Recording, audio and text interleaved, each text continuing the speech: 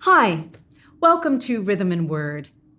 My name is Nancy Benson-Nicole, and I'm delighted to serve as Associate Pastor for Caring Ministries and Spiritual Formation at Fourth Presbyterian Church in Chicago.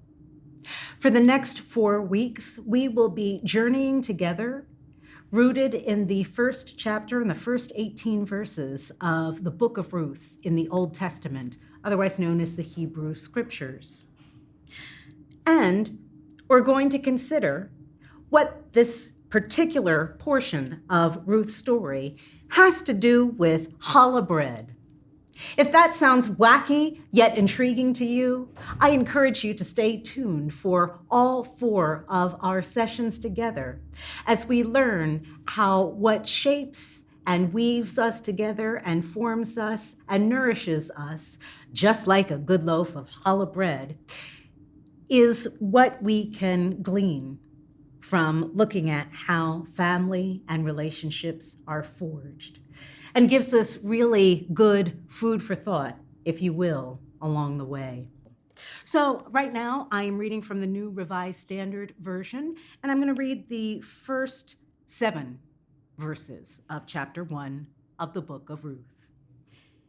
In the days when the judges ruled, there was a famine in the land. And a certain man of Bethlehem in Judah went to live in the country of Moab, he, his wife, and his 2 sons. The name of the man was Elimelech, and the name of his wife, Naomi, and the names of his 2 sons were Mahlon and Chilion. They were Ephrathites from Bethlehem in Judah. They went into the country of Moab and remained there. But Elimelech, the husband of Naomi, died, and she was left with her 2 sons. These took Moabite wives. The name of the one was Orpah, and the name of the other Ruth. When they had lived there about 10 years, both Mahlon and Chilion also died, so that the woman was left without her 2 sons and her husband. Then she started to return with her daughters-in-law from the country of Moab, for she had heard in the country of Moab that the Lord had considered his people and given them food. So she set out from the place where she had been living, she and her 2 daughters-in-law, and they went on their way to go back to the land of Judah. Here ends the reading. I also happen to have with me a recipe from the New York Times, and it's specifically for challah bread. And I'll tell you, it takes 1.5 packages of active dry yeast, 1 tablespoon plus 1/2 cup sugar, 1/2 cup vegetable oil, 5 large eggs, 1 tablespoon of salt, 8 to 8.5 cups of all-purpose flour, and then poppy or sesame seeds for sprinkling, whatever is your preference. I actually grew up eating challah bread. My grandmother grew up in a part of Philadelphia which was a Black and Jewish neighborhood. So she grew up with certain customs and traditions of her neighbors. And so baking challah bread was one of our family's favorites. And as a little girl, I didn't necessarily love every step of the baking process, all of which I was invited to participate in. But there was one particular part of the experience of her baking challah bread that I really loved to join in. And that is when she would mix, after having mixed all of the ingredients together, wet and dry, allowing the dough to proof, she would then take the dough. And see, the key to challah and the beautiful braids, if you've seen that type of bread, is to separate the dough into pieces. And so you separate the dough into smaller balls, and then you take each ball and you roll it out, and it becomes the snake-like form. And then you take those strands, whatever number that you desire. I believe that the New York Times recipe calls for 6. We typically did 3 or 4, but we'd set them out on the counter and begin to weave in and braid in the dough. And I'd be so excited about how eventually that dough would then be dusted with butter. We didn't adorn it with poppy seeds or any type of seed, just to have that nice golden crunch at the top of the bread once it was done baking in a 375-degree oven for about 40 minutes. Ah, how delicious and warm and welcoming and like home. Now, the tradition of challah bread comes from our Ashkenazi Jewish sisters and brothers who were largely originating from Eastern Europe.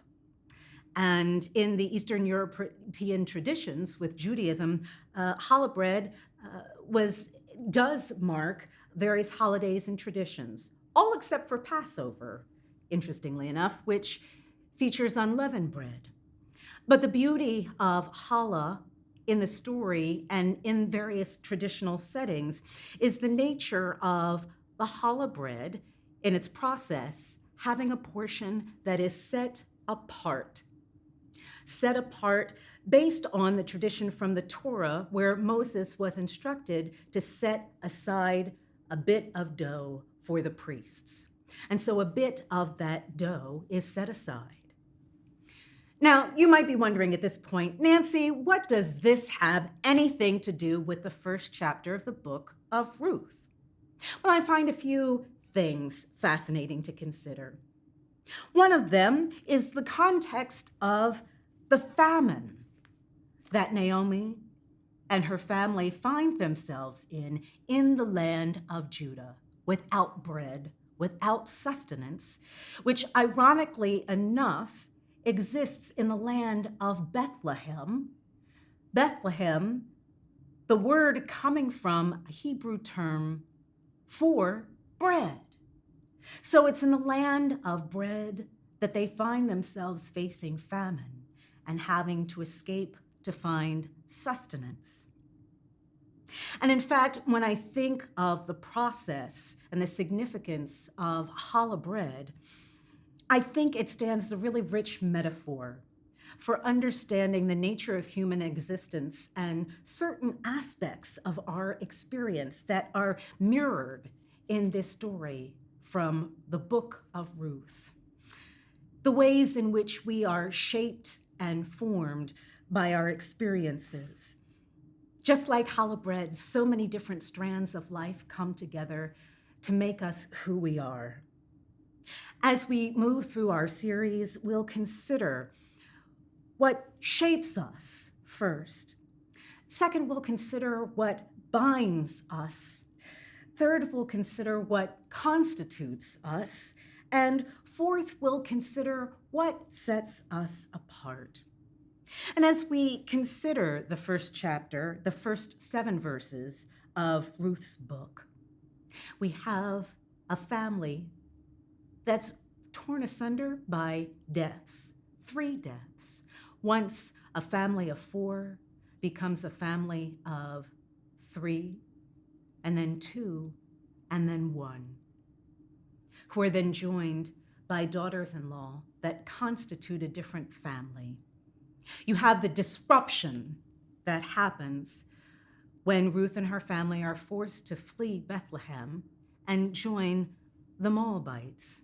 And then you have another source of disruption that happens when, in the face of death and with the news that sustenance would return again to the land of bread, Naomi and her daughters-in-law prepare to be disrupted in their lives in Moab, to go and create a new sense of family in a renewed place. Disruption. How often does disruption serve to shape you in your own life? Disruption comes in so many forms. It's often the case that disruption tends to be formed in the face of trauma, and that's certainly the experience that Ruth and Naomi and Orpah face as widows. Sometimes disruption comes to us in physical relocation, but sometimes it comes in the form of a troubling diagnosis or Maybe it comes in the transition of career or maybe the loss of career. It may come with the expansion of family, the joys that come with a new birth or adoption, or a welcoming of estranged family that reunites. Sometimes it comes as from the opposite of family that's estranged. So many times our lives, despite our best efforts to keep them in a form of stasis, of being always the same, encounters disruption. And the question that remains before us in the midst of disruption is, what next? What shall we do? We see in this case that disruption prompts these women into relationship.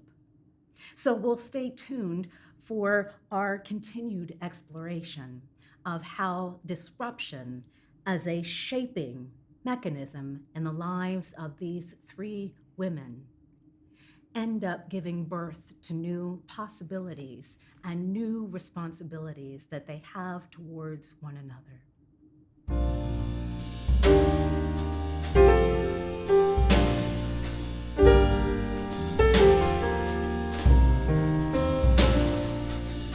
There's a wideness in God's mercy, like the wideness of the sea. There's a kindness in God's justice, which is more than liberty. There is plenty for redemption in the blood that was shed. There is joy for all God's children in the sorrows of the head.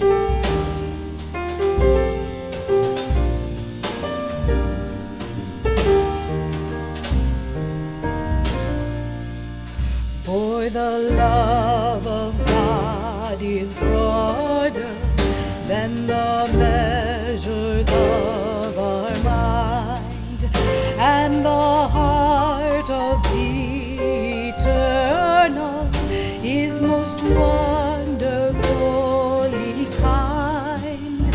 If our love was much more simple, we should take God at His word, and our lives would be thanksgiving for the goodness of the